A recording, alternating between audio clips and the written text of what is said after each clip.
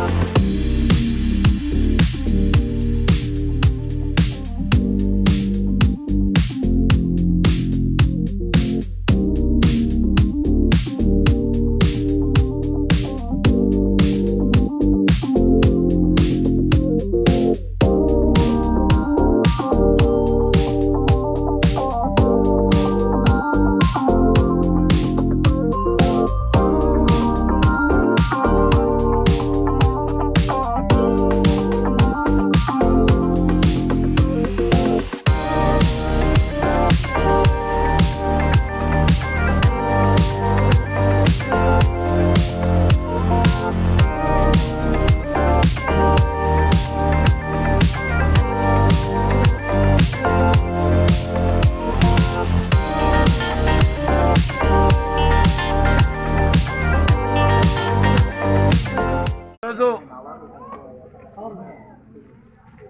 భోగి, అదేవిధంగా మకర సంక్రాంతి, కనుమ పండుగలను ఈ సంవత్సరం ప్రతి ఒక్కరూ కూడా సంతోషంగా జరుపుకునేటువంటి అందరూ జరుపుకోవాలని ఆకాంక్షించాం. ఎందుకంటే 2023, 2022లో కరోనాకి, మరి అదేవిధంగా ఆర్థిక ఇబ్బందుల వల్ల చేసుకోలేకపోయాం.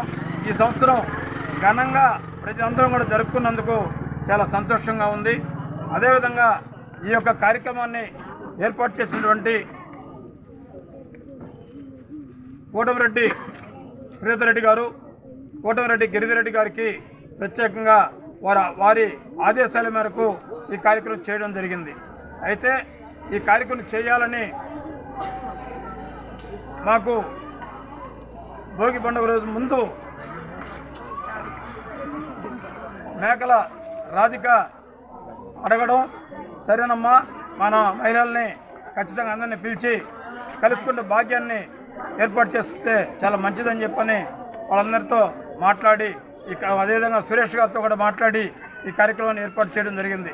అయితే ఒక్క మాట మీ అందరికీ చెప్పాలి తల్లి, నేను 26వ డివిజన్లో ఇండిపెండెంట్గా పోటీ చేసిన, తెలుగుదేశం పార్టీ అభ్యర్థిగా పోటీ చేసిన, నాకు కన్న తల్లుల్లాగా ఒక బిడ్డలాగా నన్ను మీరందరూ ఆదరించినందుకు పేరు పేరున ప్రతి ఒక్కరికి శిరస్సు వంచి పాదాలకు సమర్పిస్తున్నా. ఎందుకంటే మేము ఎలా ఉన్నా కూడా మమ్మల్ని ఆదరించినటువంటి కుటుంబాలు ఇవన్నీ ఎప్పుడు ఎన్నికలు వచ్చినా కూడా మళ్ళీ కూడా ఈ వార్డులో పోటీ చేస్తాం. అదేవిధంగా కోటమిరెడ్డి శ్రీధర్ రెడ్డి గారికి పనిచేసి ఆయన ఎమ్మెల్యేగా గెలిపించుకోవాలని చెప్పని ఈ సందర్భంగా అందరినీ కోరుకుంటూ ఈ కార్యక్రమానికి మీరందరూ ఇచ్చేసినందుకు ధన్యవాదాలు తెలుపుకుంటూ సెలవు తీసుకున్నానమ్మా. నమస్కారం. ఈ వీడియో కనుక మీకు నచ్చినట్లయితే లైక్ చేసి షేర్ చేయండి. మరిన్ని లేటెస్ట్ అప్డేట్స్ కోసం మా ఛానల్ ని సబ్స్క్రైబ్ చేయండి.